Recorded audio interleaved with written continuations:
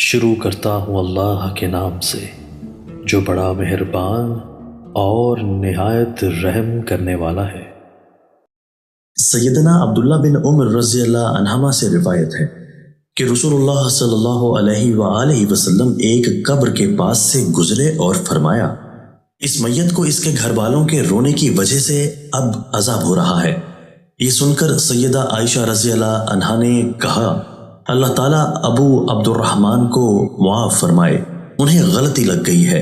اللہ تعالیٰ کا تو ارشاد یہ ہے، یعنی کوئی کسی کا بوجھ نہ اٹھائے گا، اور رسول اللہ صلی اللہ علیہ وآلہ وسلم نے تو یہ فرمایا تھا، بے شک اس میت کو اب عذاب دیا جا رہا ہے اور اس کے گھر والے اس پر رو رہے ہیں۔ دوستو، اللہ تعالی ہمیں ان احادیث مبارکہ پر عمل کرنے اور اپنی زندگیوں کو سنوارنے کی توفیق عطا فرمائے۔